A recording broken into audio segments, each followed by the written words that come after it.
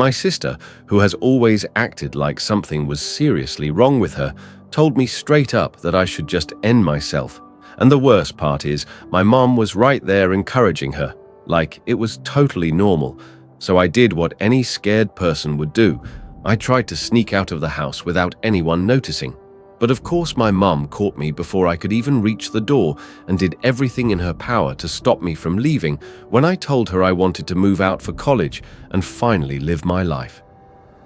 She broke down crying like a toddler, screaming that I didn't love her, that I was abandoning her, and how she gave me everything and I was just being ungrateful. Right then, my sister walked into the room and asked what was going on. My mom shouted, "She's leaving me. She doesn't love me anymore," and my sister didn't even hesitate. She pulled out her phone, opened her messages, and sent me the most disgusting message I've ever read in my life. She called me every name you could think of, said she hated me, said I was worthless, and how she was actually happy that I got robbed before, and that no one would ever love me. Not now. Not ever. She even said I should just go ahead and end it, because clearly no one cares. She brought up my ex breaking up with me last year, like it was proof that I'm unlovable, and then she went so far as to say she hoped I'd get assaulted again, and she ended it by saying she better stop before I go calling the cops like I used to do when we were little kids. And to top it off, when my mum saw me crying after reading it, she burst out laughing, like it was some kind of joke. "You're going nowhere," my mum said before walking away like she owned me. I stood there frozen, feeling like the floor had dropped beneath me. I wanted to run, but I didn't even know where I could go or who would help me. I was still trying to breathe, trying to calm down when my sister walked back in. She had this smug look on her face, like she was proud of what she'd done. She stood right in front of me staring, just daring me to speak up. And then she tilted her head and said, "What's wrong? Did I hurt your feelings?" Her voice dripping with fake kindness, but she didn't even wait for me to answer before she added, "Oh, wait. I forgot you don't have any. You're just an empty, useless nothing who thinks the world owes her something." I didn't say a word because I knew if I opened my mouth, I would either scream or break down again, and I refused to give her that satisfaction. She leaned in even closer and whispered in this sick little voice, "You're such a crybaby. It's no wonder nobody wants you around." Then she walked behind me and out of nowhere, flicked the back of my head hard. I stumbled forward and she laughed like it was the funniest thing ever. "Oops," she said sarcastically. "Didn't see you there, it hurt, but I didn't move." I just stood there, fists clenched, trying to hold myself together because I was falling apart inside. She leaned in one more time, her breath against my ear, and said, "You should just disappear for real. Do the world a favor and vanish forever." Then she pulled back and laughed again, that cold, empty laugh. "Yeah, that's what I thought. Keep pretending you're strong, but everyone knows you're just a weak little coward." She turned and walked out like she'd just won some game, and I stood there, still shaking my head, throbbing my chest heavy, like I'd been crushed that night. I went to my room and locked the door. I couldn't live like this anymore. It felt like I was stuck in some horror movie, and no matter how much I begged or cried, no one was coming to help.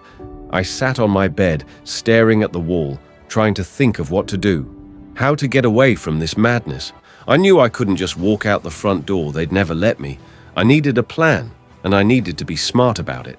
So the first thing I did was grab my phone and take screenshots of the messages my sister had sent. I didn't know if I'd ever need them, but I figured it was safer to have proof just in case. Because honestly, it felt like I was preparing for war with my own family. I saved those screenshots in a hidden folder on my phone, then I emailed them to myself for backup. Then I went back through old messages from my sister. She'd been sending me cruel things for years, and I saved those too. Every insult, every threat, every bit of hate I could find, by the way. If this story is hitting you in the chest, the way it hit me, writing it, please tap the like button and leave a comment. It really helps more than you know, and honestly, your support means the world. When you've grown up feeling invisible, then I made a list of the things I needed to take: clothes, my laptop, a few important books, and the little bit of cash I had saved up from my part-time job. It was only about $300, but it had to be enough to get me started somewhere else. I packed everything quietly, trying not to make a sound, I rolled up my clothes, shoved them in the bottom of my backpack, slipped my laptop and charger in on top, and buried the cash deep under everything else. My heart was racing like I was committing a crime, even though all I wanted was to feel safe. And in that moment, sitting there on the edge of my bed, it hit me just how trapped I really was. I couldn't ask anyone for help because they all thought my mum was this sweet, loving woman and my sister was just a little hot-headed. No one knew the truth. Not even close if you've ever felt like you're stuck in a life that's slowly breaking you down bit by bit. Don't scroll away, this story isn't over yet, and the real truth is going to shock you. But I kept telling myself this had to be done.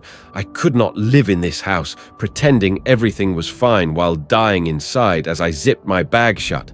I heard footsteps in the hallway. My chest tightened, and I froze for a moment. The doorknob shook, and that is when I remembered. I forgot to unlock it. Open the door. My mum shouted, her voice sharp and annoyed. I paused, then pushed myself up to unlock it. She stormed in arms, crossed, and her eyes went straight to the bag on my bed the moment she saw it. I could tell she knew what was going on. "What do you think you are doing?" she barked. I tried to stay calm, but my throat was dry and my chest was tight. "I am just packing for college," I said, my voice shaking a little, just trying to get ready. "Do not lie to me," she snapped, stepping into my room. "You really think after everything I did for you, you are just going to leave me like that?" I swallowed hard. "I am not leaving right now." I forced out a weak smile, just organizing my stuff. "That is all, I am not going anywhere." But she did not believe me. I could see it written all over her face. She stepped closer, so close I could feel her breath. "You think you are going to run away and have your dream life? Well, you are not. You are staying right here." I nodded slowly. "I know, Mom," I whispered. "I am staying. I am sorry, it made me sick to say it, but I had no choice. I had to survive this moment." She stared hard into my eyes like she was trying to read my soul. I kept my face calm. I made myself look defeated. Eventually, she stepped back and her lips curled into a mean smile. "That is right," she said. "You belong here with us. Remember that." I nodded again. "Yes, I will not forget." She turned and slammed the door behind her. I exhaled slowly, my body shaking like I had just escaped something horrible. I shoved more stuff into my bag, my hands trembling, but I was not going to stop. I was not going to let her control me anymore, no matter how scared I was. I was leaving even if it meant running away in the middle of the night. I was not going to let them destroy who I was not anymore. I should probably also mention that I secretly reached out to someone, an old friend, someone who kind of knew my family, and I told her everything about what was going on. She and her parents said they could take me in if I made it to their place and promised not to tell anyone where I was staying. That was my plan. That is where I was going. Now, before I continue, if you are listening to this and you know someone who is quietly going through hell, please do not look the other way. Be the person they can turn to. Sometimes just knowing someone is out there can change a life update. 1. My hands are still shaking.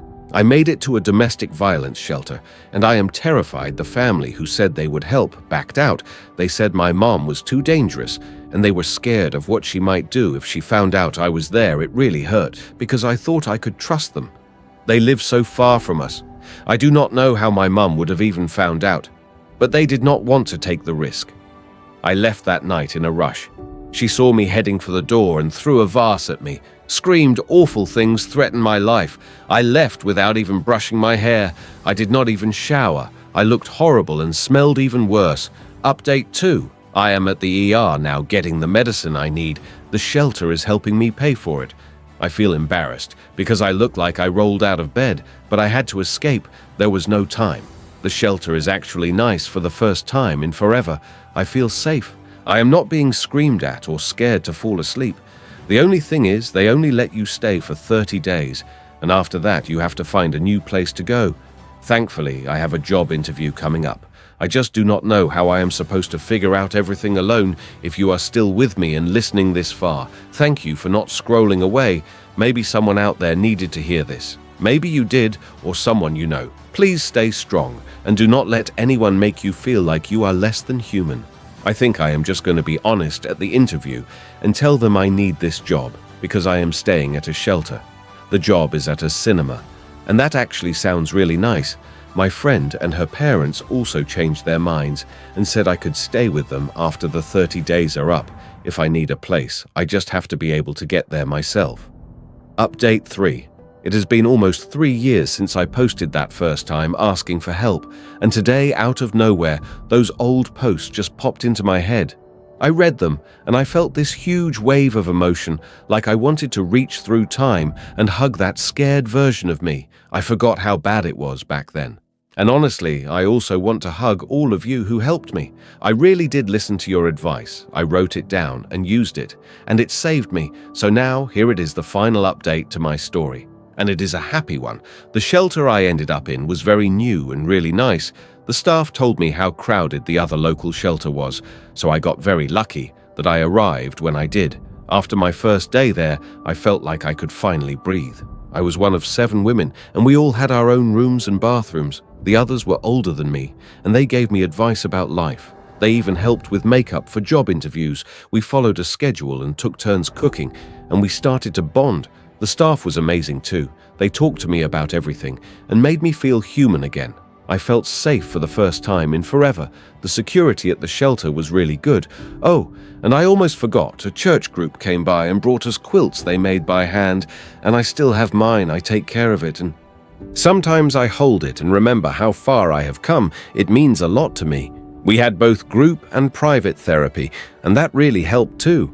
I know not every shelter is like this, but I want to tell people, please do not be afraid to leave when things are bad. Family abuse still counts as domestic violence. I got a job that paid better than the theater one, and I lied and said I was not going back to school because I needed the job more than anything. There was no way I could afford rent working at a movie theater. I also decided not to move in with my friend. I needed my own space. Something stable and private, because if anything went wrong, I would have no backup, no one to catch me. I rented a room from someone who was a truck driver, so he was hardly ever home. It was a little scary at first, staying with an older man. I did not know, but I had no real options. He turned out to be really nice, and since our schedules never matched, we started leaving notes for each other. I still have one of his notes from back then. I did end up going back to school the next semester after my medical leave, but not the same school I went to before I needed a fresh start. And that school was known to my family, so I applied elsewhere and got accepted. I told my full story in the application essay. Everything I had been through. My sister once told me I would never be anything, but she was wrong, and I think even she knew she was wrong. Deep down, I graduated this year, and I have something I never had before, a stable life.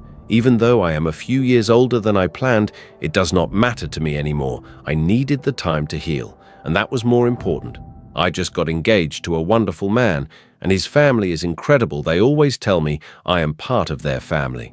I am especially close with his mom recently. I got food poisoning, and he left the house at 2 in the morning to get me Pedialyte. He just wanted to make sure I stayed hydrated. When I felt like I was going to die in the bathroom, he told me he was going to make lentil soup for me. I did not even ask. He just wanted to take care of me when I was a kid, and sick, my mom would just tell me to go back to bed. So this kind of love feels unreal. Sometimes I still find myself saying, "You do not have to," when he offers help, but he always does it. Anyway, he has 6 siblings, and they feel like the siblings I always wished for. I finally learned how to love myself and treat myself with kindness. No one made me feel special growing up, so now I do that for myself every week. I buy myself flowers. My therapist suggested it, and it helps me feel valued when I am sick. I let myself rest. I do not push through it like before, when I had to pretend nothing was wrong. When I need space, I take it. Sometimes I just turn off my phone and spend time alone. That kind of thing matters. When I made that last update, I was crying. I truly believed I was not going to make it. I was staying at a shelter for just 30 days, and I felt like nothing good could come out of that short time. But I was wrong. I was so wrong.